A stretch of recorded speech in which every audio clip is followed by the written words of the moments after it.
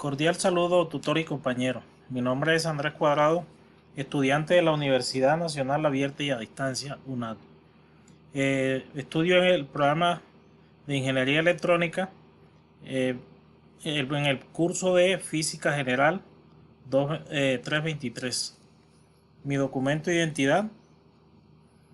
En esta ocasión voy a hacer un breve resumen del ejercicio número 1 de la tarea 3, correspondiente al teorema de conservación. El enunciado dice lo siguiente: en una dimensión, ¿qué condiciones deben cumplir las masas y las velocidades de los cuerpos para moverse en sentidos iguales y sentidos opuestos? Para esta situación se deben cumplir dos condiciones específicas: los sentidos iguales y los sentidos opuestos. En el caso de los sentidos, la velocidad de ambos objetos debe ser positiva o negativa para que estos se muevan en sentidos iguales. Esto se debe a que la cantidad de movimiento tendrá la dirección y el sentido de la velocidad. Es decir, si por ejemplo uno de los dos objetos se mueve hacia la izquierda, la velocidad del movimiento también se dará en ese sentido. En el caso de los sentidos opuestos, para que esto ocurra es necesario que exista una colisión, y esto se da de acuerdo a la velocidad de uno de los objetos, que es positiva y la otra es negativa. Adicional a esto, mientras mayor sea la masa de uno de los objetos, la velocidad del otro debe ser mayor que la del primer objeto y viceversa. Entonces pasamos aquí al simulador. Tenemos el simulador como tal. Tenemos aquí la línea elástica y los valores los tenemos en cero. Tenemos la tabla, las dos balotas. Una tiene una masa 0.5. Vamos a ponerle masas iguales. Masas iguales. Y tenemos la tabla de datos. Aquí le vamos a poner la misma velocidad a ambos en el mismo sentido. Esto, ¿qué nos quiere decir? Que se van a mover a un solo sentido. Iniciamos la simulación y vemos que los objetos van hacia un mismo lado. En el caso contrario, entonces tenemos que dice que uno tiene que ser positivo y el otro negativo. Le ponemos la masa. En este caso vamos a colocarle masa inversa.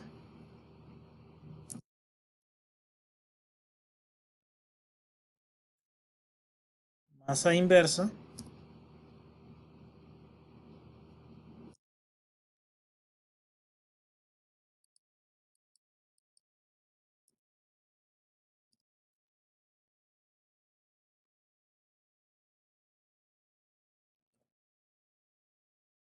Y procedemos a hacer la simulación.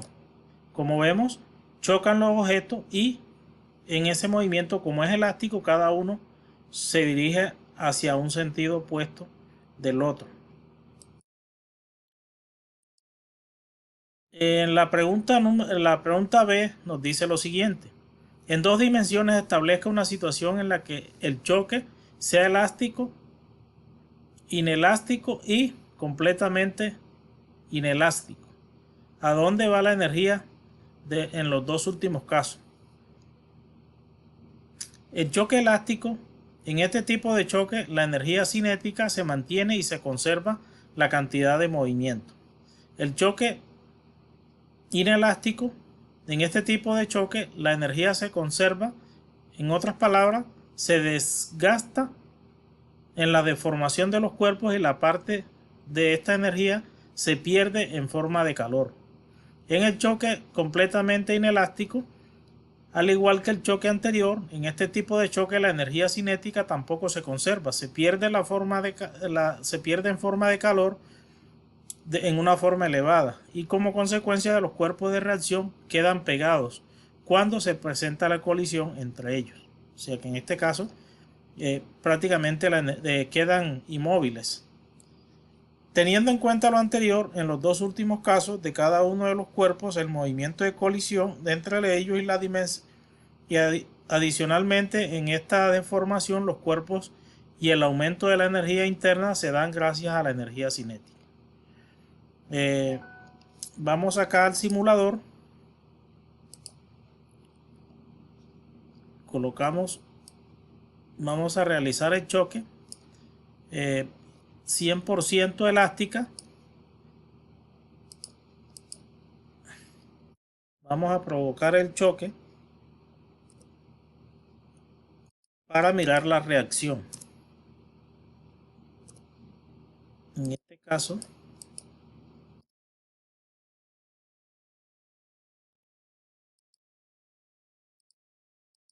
como podemos ver, hay un retroceso y la que menor tamaño tiene mayor velocidad.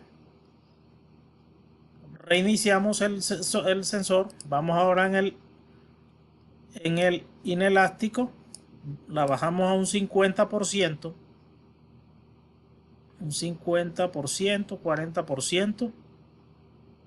Y producimos el mismo choque. Le damos el valor a la masa.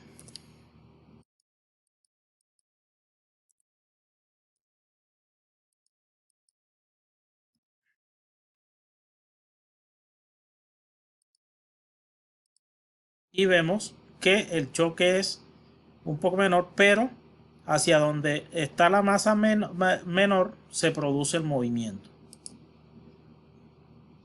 Volvemos y reiniciamos y dejamos la masa completamente inelástica. Producimos la colisión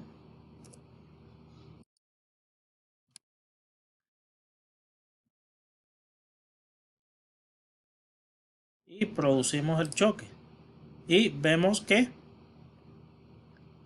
los cuerpos quedan totalmente pegados. De esta forma se puede analizar que los cuerpos, la masa, como nos dice en el enunciado, la energía se pierde y quedan los dos cuerpos pegados. El tercer punto, el punto C nos dice: en una situación de dos partículas de diferentes masas van a colisionar bajo condiciones permanentes y móviles después del choque. Dice, para esta situación se tiene en cuenta una ecuación que es P igual a masa por velocidad. De acuerdo a esto, el movimiento lineal de dos objetos, masa por velocidad, debe ser igual, pero en diferentes símbolos. Es decir, un objeto más y otro menos.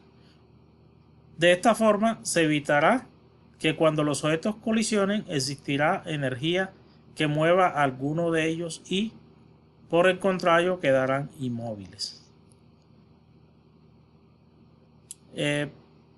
La pregunta D nos dice: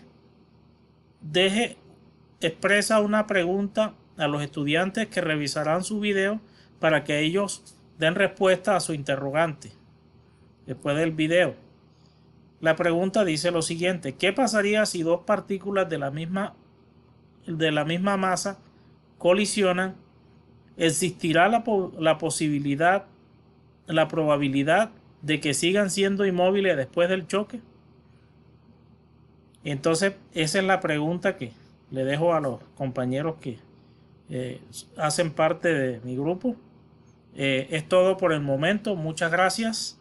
Quedo atento a sus comentarios.